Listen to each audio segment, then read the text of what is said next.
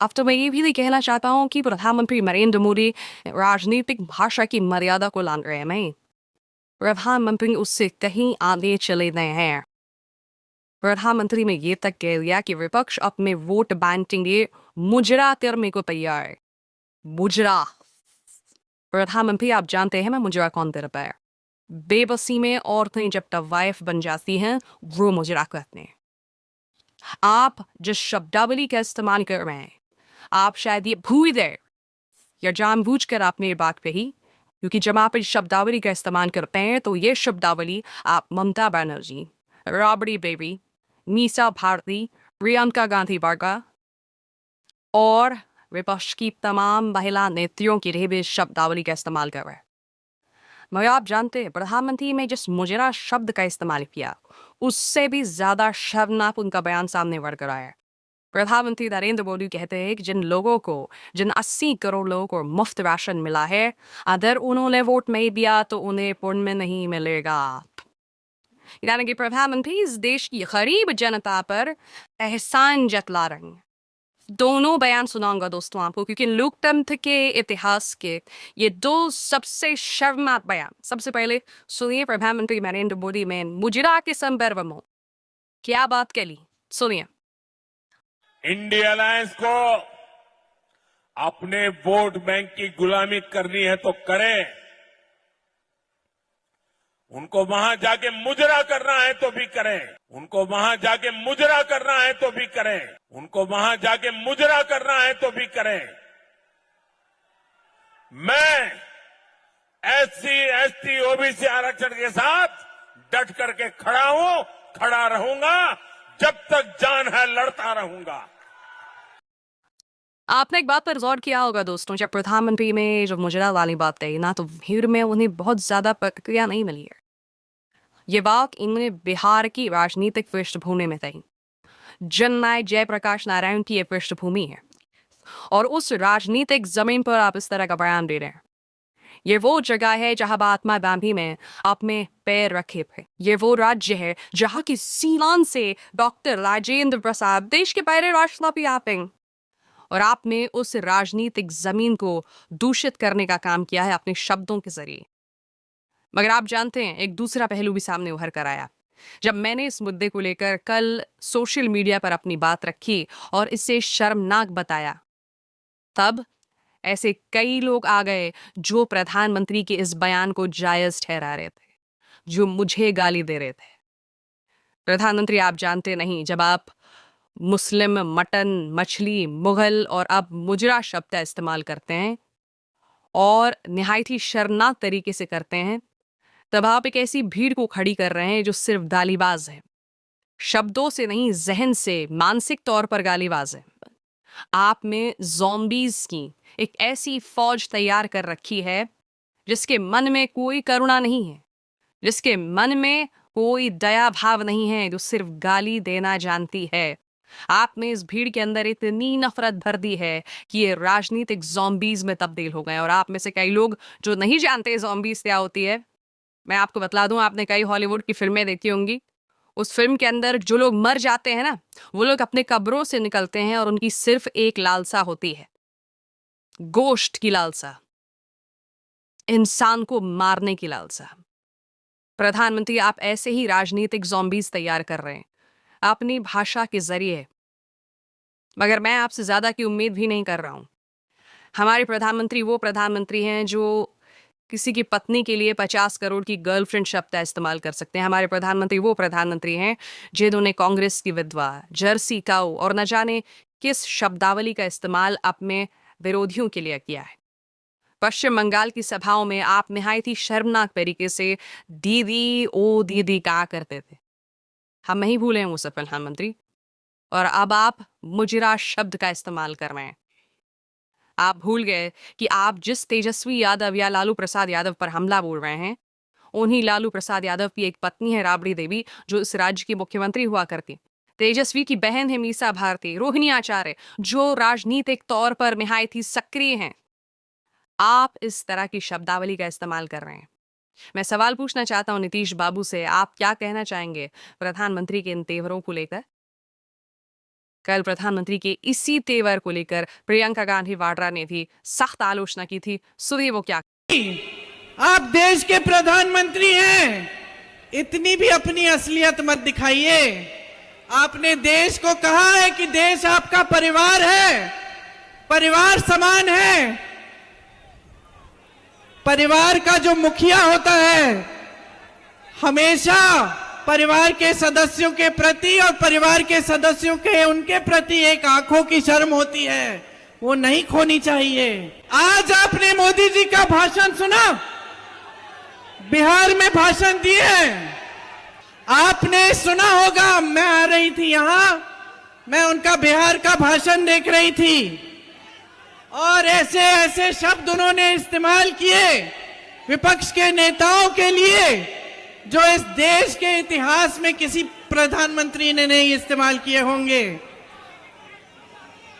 देखिए, प्रधानमंत्री पद का पूरा देश आदर करता है, हम भी आदर करते हैं।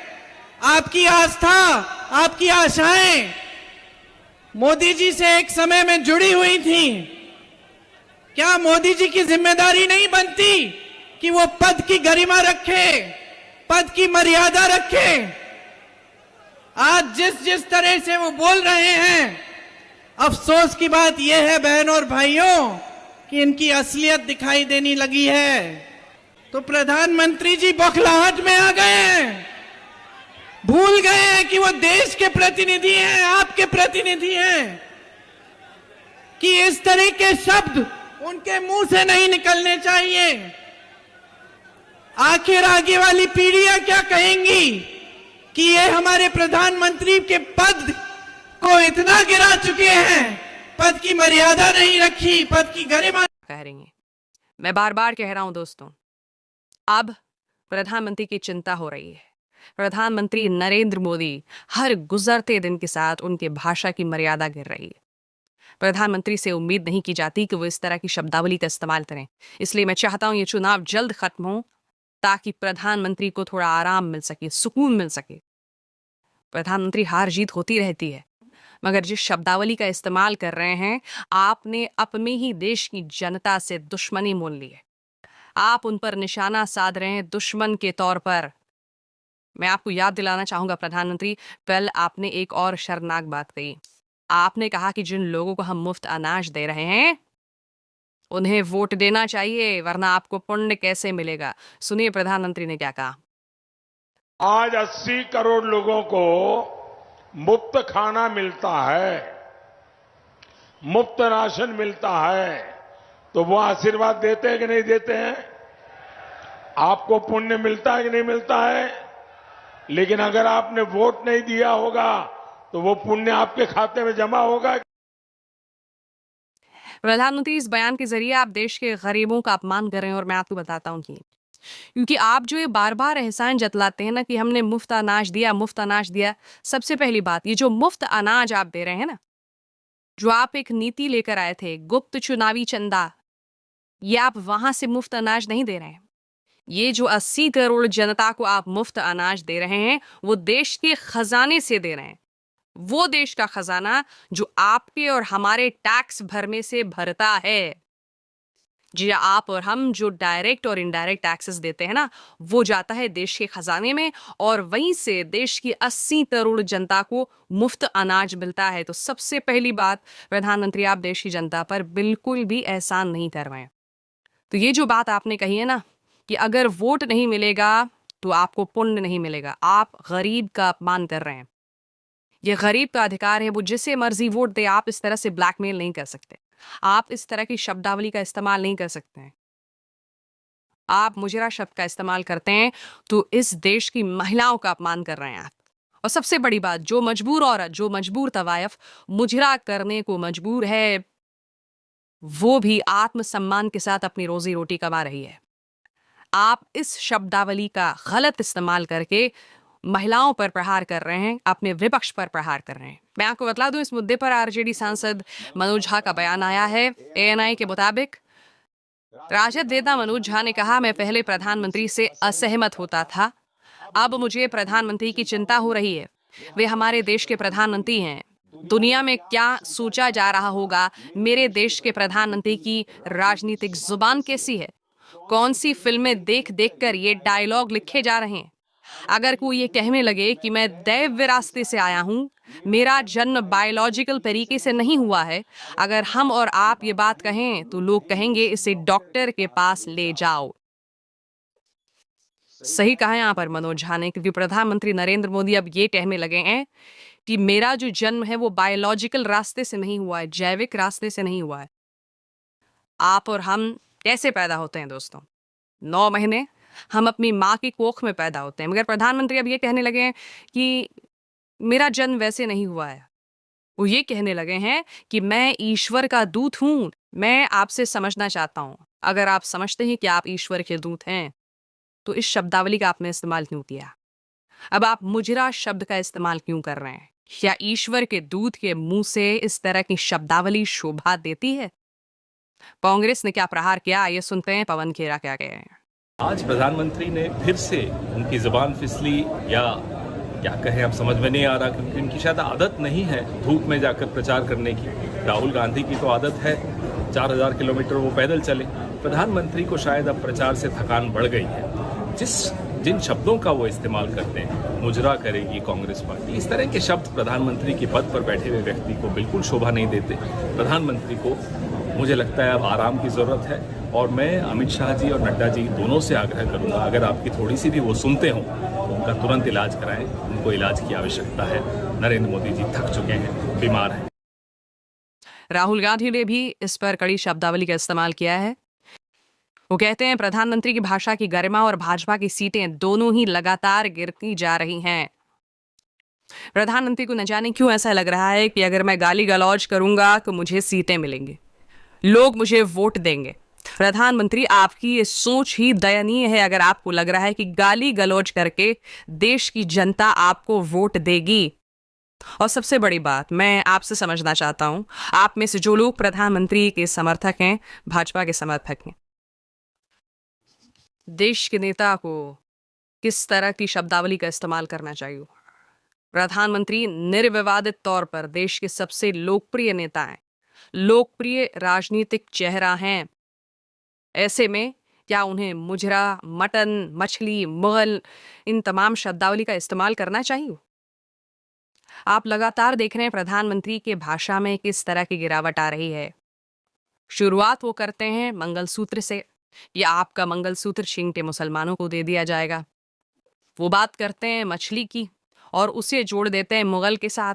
ये तेजस्वी यादव जो मछली खा रहे हैं, इसी तरह से मुगल जो हैं दूसरों पर अत्याचार किया करते थे। हर गुजरते दिन के साथ प्रधानमंत्री की भाषा का स्तर गिरता गया और अब बात मुजरे तक आ गई है। अब सिर्फ एक चरण बचा है दोस्तों चुनावों का।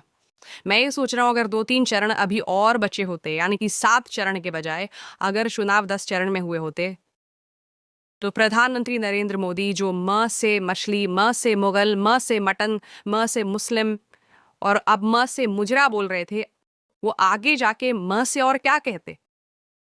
क्या बात गाली गलौज पर आ जाती? और आप भी जानते हैं कि म से किस किस तरह की गालियां दी जाती हैं।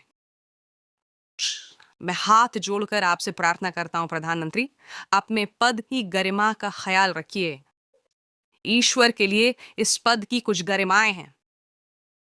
मैं नहीं भूला हूं, पूर्व प्रधानमंत्री मनमोहन सिंह जब जा रहे थे तब उन्होंने कहा कि अगर नरेंद्र मोदी प्रधानमंत्री बन गए तो ये देश के लिए बहुत ही ज्यादा नुकसानदेह होगा और इतिहास उन्हें, यानी मनमोहन सिंह को, अच्छे तरीके से याद रखेगा। हम मनमोहन सिंह की कई मुद्दों पर आलोचना कर सकते थे और की भी है, क्योंकि वो भारत कुछ और हुआ करता था। 2014 से पहले सरकार की आलोचना होती थी और आलोचना करने के ऊपर आपके घरों में पुलिस नहीं आ जाती थी, आप पर इनकम टैक्स के रेड नहीं मारे जाते थे, आपको ईडी या सीबीआई परेशान नहीं करता था।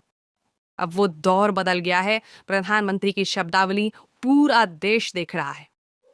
मगर शॉकिंग बात यह है कि प्रधानमंत्री ने राजनीतिक ज़ॉम्बीज की ऐसी फौज खड़ी कर दी है जो इस शब्दावली पर भी तालियां बजा रही है, जो प्रधानमंत्री की भाषा को जायज ठहरा रही है। मैं आपसे समझना चाहता हूं दोस्तों, आपका एक परिवार होगा, आपके घर में औरतें होंगी, बच्चे होंगे। क्या आप इस तरह की भाषा अपने बच्चों को सिखाना चाहेंगे? क्या आप इस तरह की शब्दावली अपने बच्चों के सामने करते हैं? अगर आप अपनी माँ बहन से नाराज हों तो क्या गुस्से में आप इस तरह की शब्दावली का इस्तेमाल करते हैं? कभी नहीं करते हैं ना। तो प्रधानमंत्री अपने राजनीतिक विरोधियों के लिए, जिनमें महिलाएं भी शामिल हैं, इस तरह की शब्दावली का इस्तेमाल क्यों कर रहे हैं? क्यों अपने स्तर को गिरा रहे हैं? प्रधानमंत्री को सोचना होगा। मैं तो कहूंगा और लगातार कहता रहूंगा, 4 जून के बाद भी कहूंगा, अगर भाजपा 400 सीटों के साथ आ जाए, मैं रुकने नहीं वाला हूं, मगर आपको रुकना पड़ेगा। अगर आप जीत रहे हैं तो बौखलाने की जरूरत नहीं है, मगर शायद आप भी हकीकत जानते हैं।